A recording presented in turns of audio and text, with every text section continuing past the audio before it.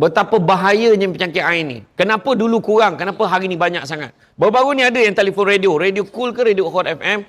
Setiap kali isteri saya share pasal anak saya mesti demam teruk.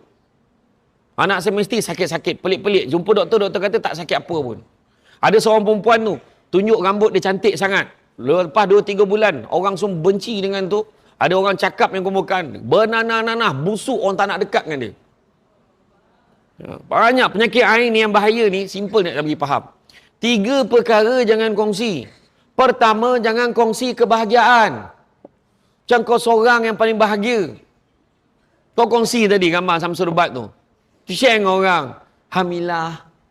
Dapat tengok depan-depan. Bukan semua orang suka. Bukan semua orang suka. Sebab saya selalu pesan, kalau boleh simpan sendiri tau. Selalu pesan. Tapi tadi saya tak tergamak nak pesan. Dah macam gaya ambil gambar tadi. Ada satu makcik tu dekat, ada satu negeri kat Pantai Timur. Kan? Ambil gambar boleh? Makcik tu, boleh cik, boleh. Saya pun pergi sebelah. Saya buat macam ni, makcik tu. Aku heran betul. Pandai dia mini love tau. Jangan kongsi kebahagiaan. Ada, bayangkan ada seorang sahabat saya, dia ni businessman lah. Dia punya pegawai dekat pejabat dia. Selalu share gambar berdua dengan suami. Gambar tu, I love Amsterdam. Dekat Belanda, Holland. Yang best tu, I love Shah Alam pun ambil gambar. I love Shah Alam. Asal nampak I love Tampin. Ambil gambar. I love Tampin. Kan banyak sekarang ni macam tu kan. Dia punya pattern sekarang. Setiap daerah tu ada. I love Kuala Lukut tu ada lah. Tetapi, entah macam mana satu hari tu, pegawai dia ni nampak ada gambar dia seorang, gambar solo tu macam cantik sangat kat dia. Dia tukar gambar status, gambar dia seorang. Dekat gambar sebelah pokok tebu tu.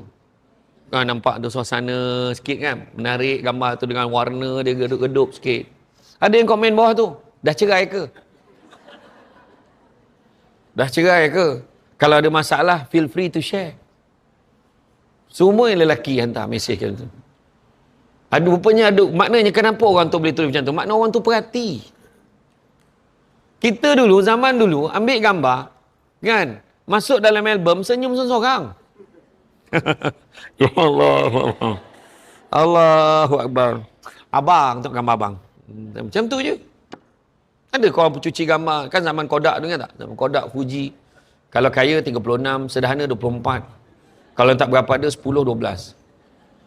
Kan? Semua masuk dalam album. Ada album yang lekat-lekat tu, ada album yang bersarung. Mana ada yang print lepas tu dah cuci tanpa